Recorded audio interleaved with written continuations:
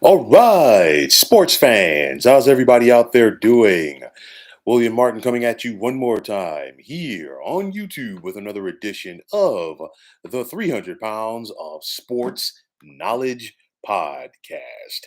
On the eve of the latest edition of the Subway Series, the New York Mets are in a rut and they are searching for answers.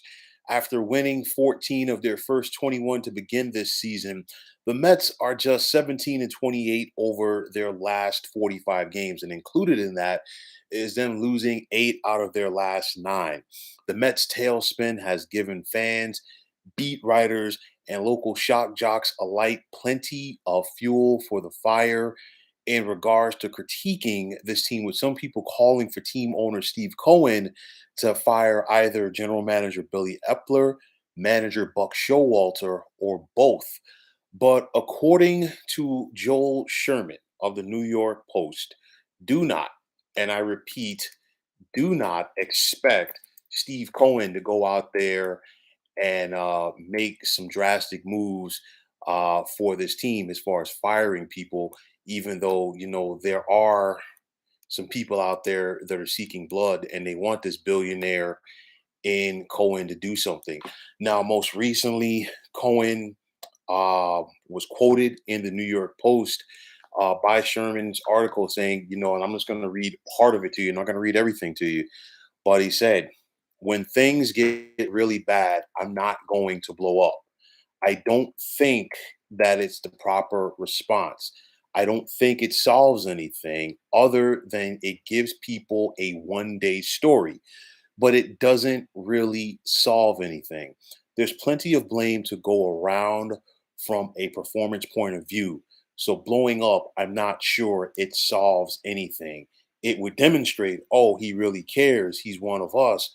But the reality is, it's not going to solve our problem. And I think in some ways, it can be demotivating.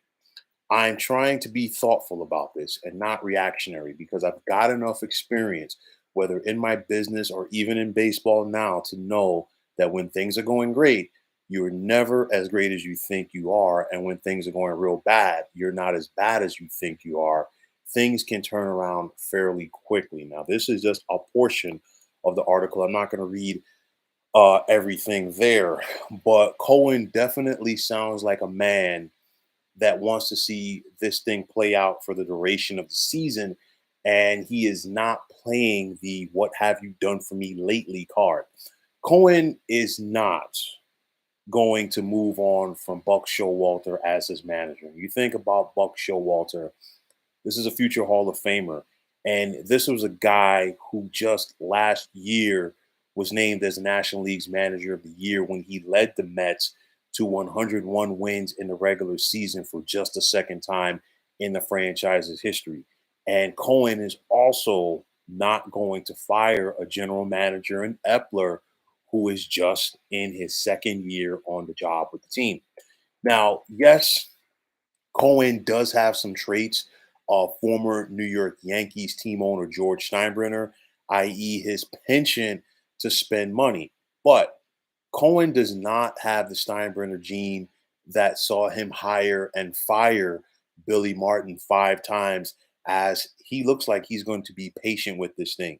Now, for this season, have the Mets underachieved so far? Yes, they have. But they also overachieved last year, in my opinion, because let's face it, nobody expected this club to be a playoff team last year, more or less go out there and win north of 100 games. But this version of the Met squad does not deserve a pass, even with that statement, because you think about it. Offensively, they came into play today 13th in the National League in batting, 12th in hits and on base percentage, while pitching wise, their team ERA is 13th in the NL. They're 11th in quality starts, 13th in walks, and 11th in opponents' batting average.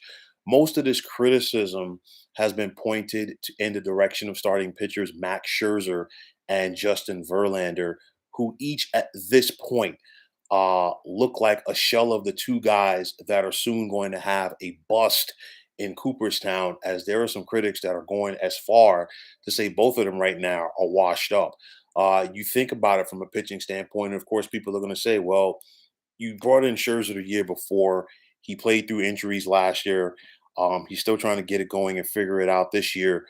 But this past offseason, after, Jacob DeGrom left, and obviously Jacob DeGrom is done for a while, with his elbow issues with the Texas Rangers. But nonetheless, New York didn't match the 3 year, $63 million deal that starting pitcher Chris Bassett got from the Toronto Blue Jays. And after Bassett won 15 games for the Mets last year, so far this season for the Jays, he's 7-4 with a 3.29 ERA. And of course, Mets fans are not going to forgive Bassett for the game that he pitched in Game 3 of the wild card round last year with the season on the line as the Padres eliminated the Mets. But then you also think about Taiwan Walker, who was a part of the Mets rotation last year. He got 4 years, 72 million from the Philadelphia Phillies. The Mets didn't really show any interest in retaining Walker. And so far this season, he's 6-3 with a 4.67 ERA and 14 starts for Philadelphia.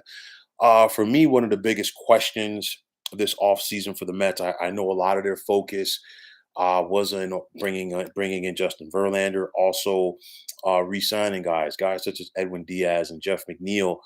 And then, of course, they were right there in the mix with Carlos Correa before things fell apart and he went back to the Minnesota Twins. But nonetheless, you look at it. I question it from the jump.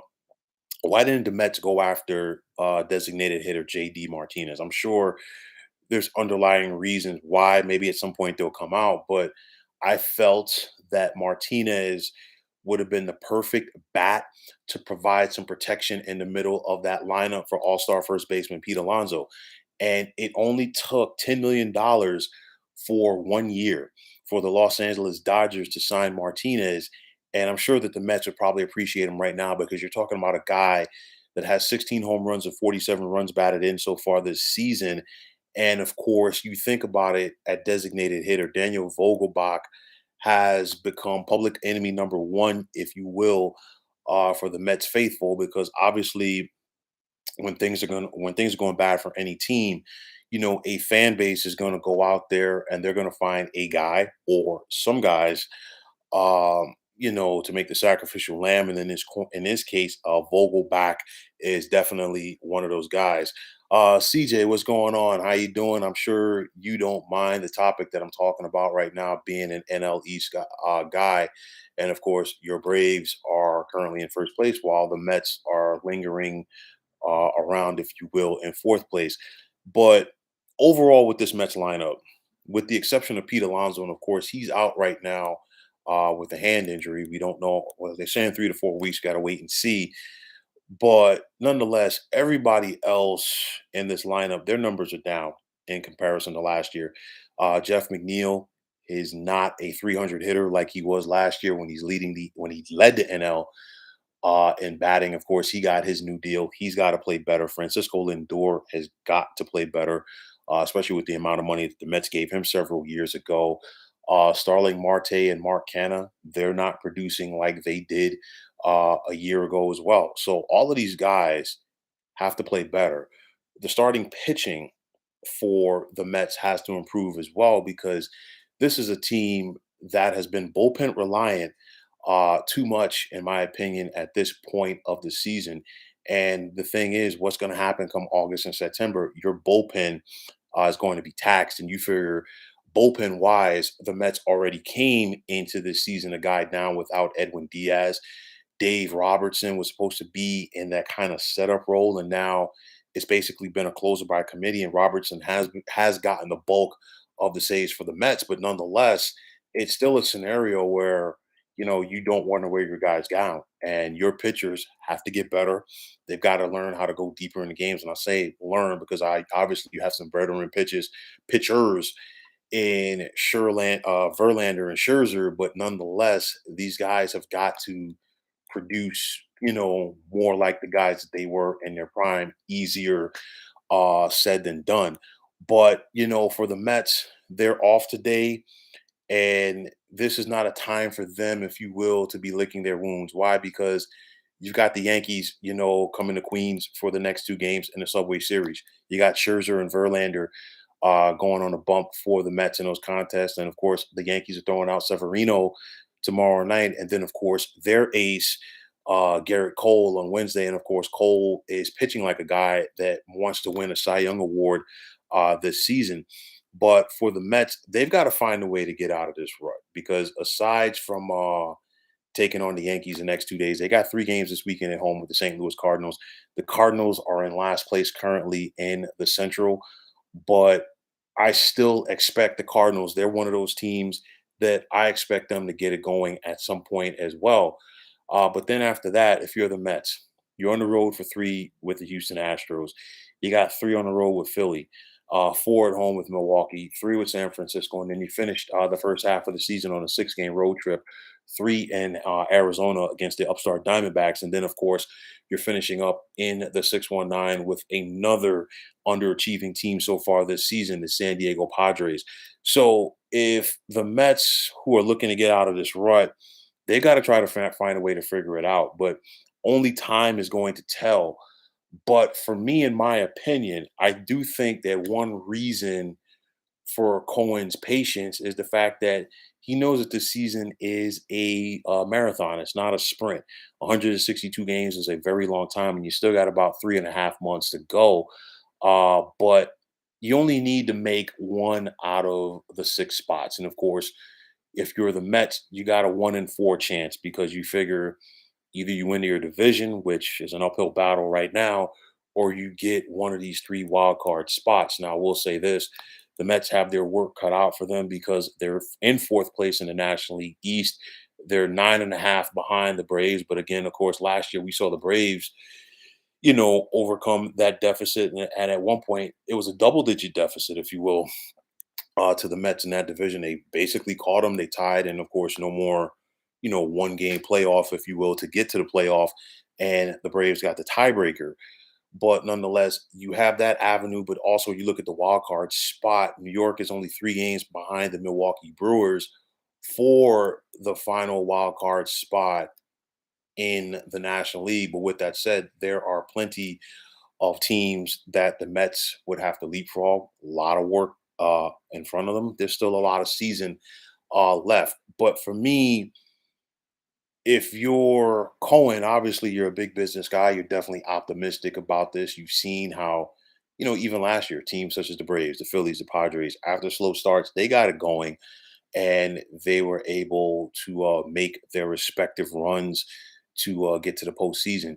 But basically, what he's saying is, you know what? I believe in the guys that we have, and those guys have to produce. Some of those guys on the Mets team obviously have been paid handsomely, and when you get that big time deal, regardless of the sport, and especially in a big market like New York City, you got to go out there and produce. And I think a lot of people, beat writers, fans, shock jocks, whoever, they saw the success that the Mets had last year and they expected this team to build off of it. I'll tell you like this: winning 100 games or more consistently in the national in baseball, period, not just the National League, but in baseball, is not easy. And I think, a team like the Dodgers, for an example, they've gotten away with it for a while just due to the fact that the NL West is not a strong division. The NL East, in my opinion, is a stronger division. It's not the strongest in Major League Baseball. I would tip that cap to the AL East, and it's been like that for quite some time. But nonetheless, you got to play better if you're the Mets. There's no ifs, ands, or buts about it. Guys have to go out there. Your pitchers got to go deeper in the games. They have to give this team an opportunity to win. And the offense has to get some blood flowing because too often so far this season, the Mets have started a game in a deficit. Their pitchers give up 2 or 3 runs in the first inning. Their offense is not scoring in the first inning. And before you know it, you're spending the rest of the game playing catch up as you're in chase mode. And then, of course, your pitchers are not going deep into games because they're walking a lot of guys. So, of course, like the old saying goes, walks and errors always lead to runs. So, you gotta be more efficient. So, it's going to be interesting to see if the Mets answer the charge, if you will, from their owner who has shown faith in them. It's I'm not saying it's a put up or shut up moment because they're 31 and 35, but they do have to play better. Nobody probably expected them to be at this point at this season, but nonetheless, everything is in front of them if they want it. So you look at the Mets, obviously, outside of that quick start, that 14-7 start, they have been one of the worst teams in baseball since. Not to sound like a broken record, it's a marathon, it's not a sprint. And let's see if the Metropolitans, for their sake, of course, and the sake of their fans, can get this turned around. And if not, the summer in Queens is not going to be pleasant. So, folks, that is going to wrap it up. And as always, I want to take this time out to thank you for tuning into the 300 Pounds of Sports Knowledge podcast here on YouTube. I want to take this time out to thank all of you fine folks out there for tuning in. And if you have not already, please feel free to subscribe to this channel. Now, if you're on Twitter, please feel free to follow me at 300 Pounds of Sports. And like I always say, if you follow me, it will be my pleasure to follow you right back. There's also the sports discussion group on Facebook at the Sports Depot 365. Now you can check it out. Drop a line and be a part of one of the better sports debating sites going on social media. CJ, as always, it was a pleasure. Your last comment, you're saying there's no way that obviously the Mets, are beating us in the East. It's an uphill battle for them. I will definitely say the least. But I am shocked by you, CJ, and I hope you can hear the sarcasm coming out of my voice because you dropped some comments in the box there, but not one single comment as far as the Atlanta Braves jersey that is hanging, behind me. It wasn't like a planned thing, if you will, but it was just the next in my rotation, if you will. But nonetheless, I'm surprised, you being a big fan of the Braves and you didn't have anything to say about that one. So I'm going to hold you to that one. But nonetheless, folks, as always, okay, now you now you got me. All right.